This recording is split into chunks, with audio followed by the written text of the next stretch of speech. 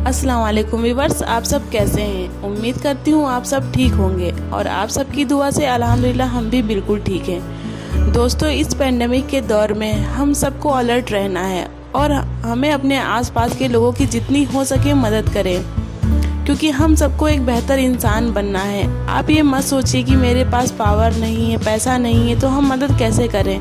अगर आप एक वक्त का खाना किसी एक व्यक्ति को ही खिला दें तो आप समझ लीजिए कि मैं किसी की मदद कर पा रहा हूँ, क्योंकि इस कोविड-19 के दौरान लोगों की कमाने की जीविका बंद होती जा रही है। तो हम मोजांकियंस को आगे बढ़कर कुछ करना चाहिए, ऐसा मेरा मानना है।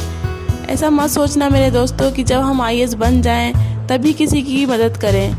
हम मदद किसी भी रूप में कर सकते हैं। दोस्तों, आप सब से मेरी एक गुजारिश है कि आप लोग अपना ख्याल रखने के साथ साथ दूसरों का भी ख्याल रखें। दोस्तों, आज इस वीडियो को बनाने का मेरा एक ख़ास पर्पस है। जैसा आप सब जानते हैं कि हमारे ओजांग सर कुछ दिनों से इस बीमारी से जूझ रहे हैं। ओजांग सर ही नहीं बल्कि इस एकेडमी की पूरी फैकल्टी का कोई ना कोई सदस्य इस बीमारी से जूझ रहा है।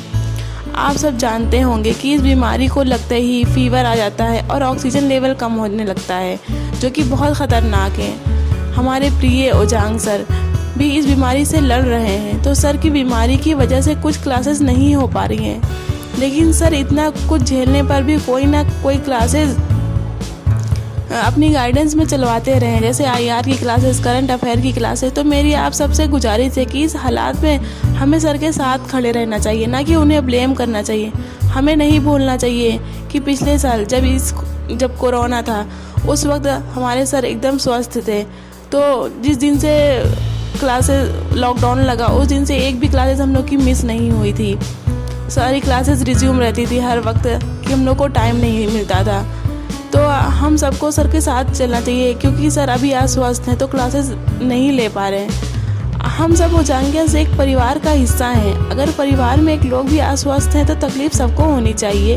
क्लास बंद होने की वजह से हम सबको प्रॉब्लम हो रही है, लेकिन क्या किसी की ज़िंदगी से बढ़कर कोई क्लासेस हो सकती हैं। मैं किसी के ऊपर कोई कमेंट नहीं कर रही हूँ। अल्लाह ना करे कि आपको या आपकी फैमिली कुछ ऐसा हो, लेकिन ज़रा सोचिए कि जिसके घर के लोग उन्हें छोड़कर जा चुके हैं उन पर क्या बीत रही होगी। हमें सबके दुख को समझना चाहिए। ऐसी कोई बात नहीं करनी चाहिए जिससे किसी को दुख पहुँचे। मान लो जो सर के साथ हुआ तो वो अगर हम लोगों के साथ होता तो क्या हम लोग क्लास ले पाते।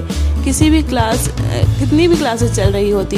तो आप सबसे ये इल्तिजा है कि आइए हम सब मिलकर सबके लिए दुआ करें और ये भूले नहीं कि पिछले साल सर ने हम लोग के साथ हर वक्त हम लोग के साथ खड़े रहे। जब सारी दुनिया बैठ गई थी घरों में तब सिर्फ सर ऐसे थे जो अपनी हिम्मत और अपने लगन से हम सबको क्लासेस प्रोवाइड कर रहे थे इस लॉकडाउन के समय में भी। तो आइए हम सबके लिए दुआ करें कि जो इस दुनिया से जा चुके हैं अल्लाह उनकी मग़फ़िरत फरमाए और उनकी फैमिली को सब्र दे, और इस बीमारी से जो लड़ रहे हैं अल्लाह उन्हें अपने हिफ्ज़ व अमान में रखे। और हमें पूरा यकीन है कि सर ठीक होते ही अपनी क्लासेस रिज्यूम कर देंगे, क्योंकि जहाँ तक मैं जानती हूँ सर को, वो शांत बैठने वालों में से नहीं है। कुछ ना कुछ स्ट्रेटजी बना ही रहे होंगे हम लोगों के लिए, जिससे हम लोग अपनी पढ़ाई जल्द से जल्द कंप्लीट कर सकें, क्योंकि ये एकेडमी बेस्ट थी और बेस्ट है और बेस्ट ही रहेगी। कुछ दिक्कतें हैं, क्योंकि दिक्कतें सभी के ऊपर आती हैं। कुछ दिक्कतें हैं जो जल्दी दूर हो जाएंगी। तो आप लोग से इल्तिजा है कि आप लोग खुश रहें, प्यार बांटें और जितना हो सके लोगों की मदद करें और सेफ रहें। अल्लाह हाफिज़। दुआओं में याद रखें हम सबको।